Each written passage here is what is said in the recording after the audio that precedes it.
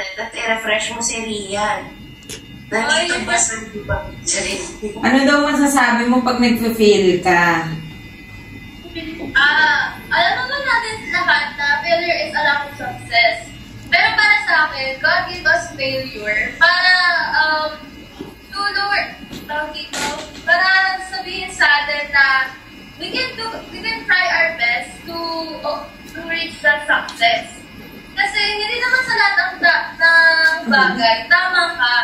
Hindi sa lahat ng bagay, wala kang mali. Failure is one of the process to build their success. Amen. So yung hakbang para sa isang tao. Yes. And dapat embrace it. Kasi kapag pinaano mo lang yung failure mo, inisip mo siya masyado, ano mangyayari sa'yo?